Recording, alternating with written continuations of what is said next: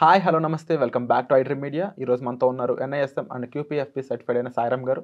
So చాలామందికి real estate investments కంటే కూడా బెటర్ ఇన్వెస్ట్మెంట్స్ ఉన్నాయా లేదా తెలుసుకోవాలనుకుంటున్నారు. వాటి కోసం ఈ episode. Hi sir. Hi Virat. Sir, రీసెంట్గా నా ఫ్రెండ్కి ఒక కేస్ విషయంలో అంటే హెరిడిటరీకి సంబంధించిన ఆస్తుల విషయంలో మంచి అమౌంట్ వచ్చిందనమాట. అది క్లోజ్ అయ్యి ఒక 50 లక్షల పైన అమౌంట్ వచ్చింది. ఓకే. అయితే తను ల్యాండ్లో ఇన్వెస్ట్ చేద్దాం, రియల్ ఎస్టేట్లో ఇన్వెస్ట్ చేద్దాం అన్న టైంలో ఎందుకో డౌట్ పడుతూ ఉన్నాడు అనమాట. ఇష్యూస్ ఉంటాయేమో, లేదంటే టైటిల్ డీడ్స్ మీకు తెలిసిన విషయాలన్నీ కూడా. సో ఇదేనా ఏమైనా బెటర్ ఆప్షన్స్ ఉన్నాయా, ఇలా సాయిరామ్ గారు ఉన్నారు కదా అడుగు చూస్తావా అని చెప్పేసి అన్నాడు. సో నేను ఒక దాని మీద ఎపిసోడ్ కూడా చేయడం బెటర్ అనిపించింది నాకు. సో ఇప్పుడు మనం రియల్ ఎస్టేట్లో ఇన్వెస్ట్మెంట్ చేసేటప్పుడు ముందు దాని యొక్క క్యారెక్టరిస్టిక్స్ తెలుసుకుందాం. సో రియల్ ఎస్టేట్ కానీ లేకపోతే ఇంకేదైనా ఇన్వెస్ట్మెంట్ ఉన్నప్పుడు మనం ఎలా ఎవాల్యుయేట్ చేయాలో చూద్దాం. ఫస్ట్ రియల్ ఎస్టేట్కి వచ్చేసరికి ఎవరైనా కానీ ఏ ఇన్వెస్ట్మెంట్ చేసేటప్పుడే కానీ సేఫ్టీ చూస్తారు. డెఫినెట్లీ.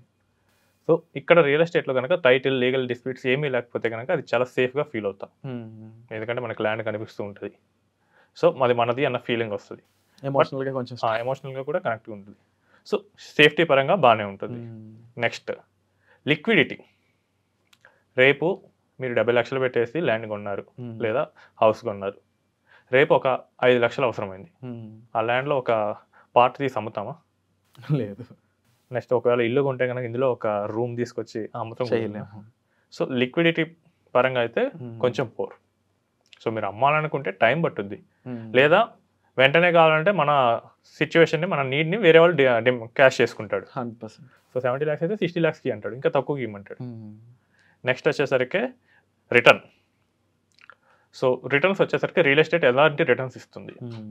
సో మన దగ్గర ఉన్న మోస్ట్ మిస్కన్సెప్షన్ ఏంటంటే రియల్ ఎస్టేట్ అబ్నార్మల్ రిటర్న్స్ ఇస్తుంది. 12-20 ఈవెన్ 20% కూడా రిటర్న్ వచ్చిందని చెప్తారు. బట్ అదేమీ కరెక్ట్ కాదు. సో మనకి యావరేజ్ సినారియోస్ తీసుకుంటే రియల్ ఎస్టేట్ ఇన్ఫ్లేషన్ బీట్ చేస్తుంది. బట్ ఇన్ఫ్లేషన్ కూడా బిగ్ మార్జిన్తో ఏమి బీట్ చేయదు.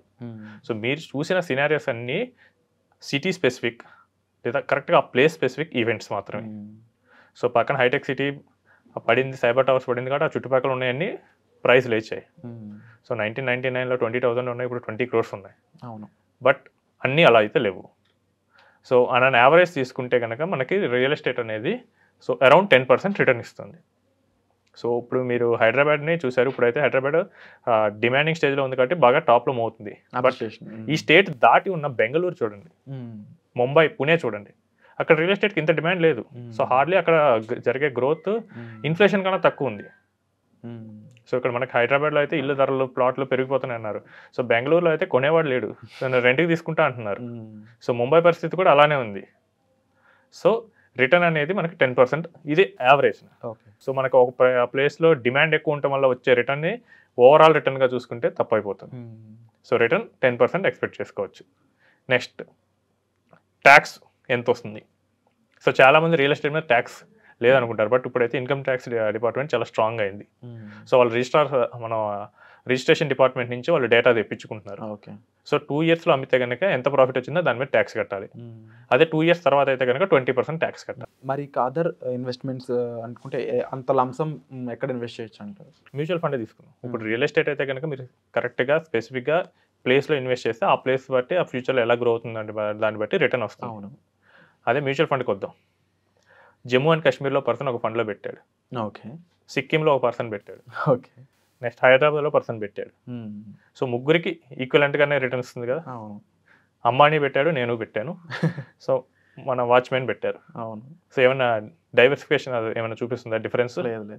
సో ఎవరు పెట్టినా ఒకేలాగా వస్తుంది అండ్ ఈజీగా హ్యాండిల్ చేయొచ్చు. అండ్ అందరూ అందులోనే ఇన్వెస్ట్ చేయొచ్చు కూడా. ఎవరైనా డెమోక్రసీ అనేది చాలా ఈజీగా ఉండి చాలా కరెక్ట్గా పాటించేది మనకి మ్యూచువల్ ఫండ్ ఉంది. సో ఇక్కడ మనకు వచ్చే అడ్వాంటేజ్ ఏంటంటే నీకు ఈజీగా విత్డ్రా చేసుకోవచ్చు. సో మనకి మన రిడెంప్షన్ ఫామ్ పెట్టేస్తే 2 working daysలో మనకి వచ్చేస్తుంది. అవును. Next partial withdrawal. నాకు ఒక 5 లక్షలు అవసరమైంది, ఇందాక చెప్పినట్టు నువ్వు 5 లక్షలు తీసుకోవచ్చు. ఇంకా బెటర్ అయితే కనుక లోన్ ఎగనెస్ట్ ఫండ్స్ కూడా ఉన్నాయి. సో మనం లోన్ అప్లికేషన్ సబ్మిట్ చేస్తే వెంటనే 15 minutesలో మన అకౌంట్లో క్యాష్ పడతాయి.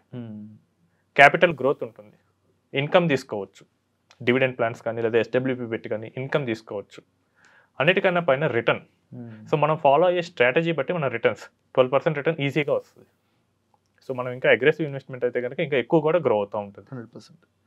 సో మనకి ఈక్విటీస్ ఒక ఆప్షన్, రెండోది ఏంటంటే బాండ్స్. సో లిస్టెడ్ బాండ్స్లోకి వెళ్ళొచ్చు.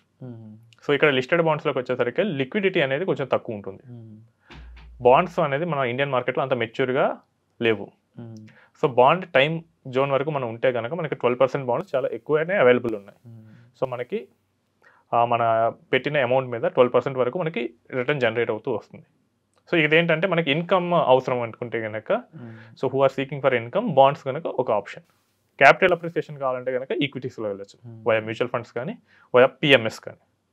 సో ఈ రెండిట్లో మనకి బెటర్గా చూసుకోవచ్చు. సో మనకి క్లారిటీ కావాలి. సో రియల్ ఎస్టేట్లో పెడితే కనుక నాకు రేపు అవసరానికి ఉపయోగపడుతుందా లేదా, నాకు మధ్యలో ఏమైనా అవసరం వస్తే ఏంటి, రిటర్న్ పరంగా బాగానే ఉంటుంది, సేఫ్టీ పరంగా బాగానే ఉంటుంది. మ్యూచువల్ ఫండ్స్కి వచ్చేసరికి సేఫ్టీ, సో అది ఇండియా టాప్ మోస్ట్ కంపెనీస్లో పెడతారు కాబట్టి అవి సేఫ్టీయే, కాకపోతే వాలటైలిటీ ఉంటుంది.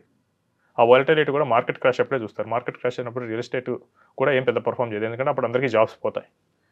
సో మన గోల్ ఏంటి, మన ఈ గోల్స్ని ఈ ఫ్యాక్టర్స్లో ఏది బెస్ట్గా చేస్తుంది, సాటిస్ఫై చేస్తుంది. సో రియల్ ఎస్టేట్కి 2 పాయింట్స్ వచ్చాయి. అంటే ట్యాక్స్ వచ్చేసరికి ఇక్కడ మ్యూచువల్ ఫండ్స్ వచ్చేసరికి 12.5% ట్యాక్స్, లిస్టెడ్ బాండ్స్ కూడా సేమ్ అదే ఉంటుంది 12.5%. సో ట్యాక్స్లో కూడా ఇది తక్కువే, అండ్ ఇక్కడ 1 year ఉంటే సరిపోతుంది. సో వాలటైలిటీ రెండిట్లోనూ సేమ్ అదే వాలటైలిటీ ఉంటుంది, కాకపోతే మనం అమ్మటానికి టైం తీసుకుంటాం కాబట్టి మనకు అక్కడ వాలటైలిటీ కనపడదు. ఇక్కడ ఏంటంటే వెంటనే మనకు ఫోన్ ఓపెన్ చేయగానే యాప్లో కనిపిస్తూ ఉంటుంది. సో నా కన్సిడరేషన్ వచ్చేసరికి ఫైనాన్షియల్ అసెట్స్ వైపే వెళ్ళొచ్చు. ఓకే. సో ఎందుకంటే మనం హెడ్ కంపేర్ చేసుకోవచ్చు, ట్యాక్స్ ఏది ఉంది తక్కువ ఉంది, equity. Wonderful information sir. Definitely చాలా మందికి ఎన్ఆర్ఐస్ అయి ఉండొచ్చు, ఇండియాలో అయి ఉండొచ్చు, ఎవరైనా సరే ఒక లంసంలో అదర్ దెన్ రియల్ ఎస్టేట్ కంటే కూడా బెటర్ ఇన్వెస్ట్మెంట్ ఆప్షన్స్ అనేవి ఇప్పుడు మనతో డిస్కస్ చేయడం జరిగింది. వీటిలో ఇన్వెస్ట్మెంట్స్పై మరింత క్లారిటీ కావాలి, మరింత ఇన్ఫర్మేషన్ కావాలి, మీ దగ్గర ఉన్న అమౌంట్ ఇంకా ఎలాంటి విధాలుగా ఇన్వెస్ట్ చేయొచ్చు తెలుసుకోవాలనుకున్నట్లయితే డిస్ప్లే అవుతున్న నెంబర్స్ కాల్ చేయడం ద్వారా మీరు డైరెక్ట్గా సాయిరామ్ గారితో పర్సనల్ అపాయింట్మెంట్ అనేది అరేంజ్ చేసుకోవచ్చు. సో వచ్చే ఎపిసోడ్లో మళ్ళీ కలుద్దాం. Thank you so much. Thank you.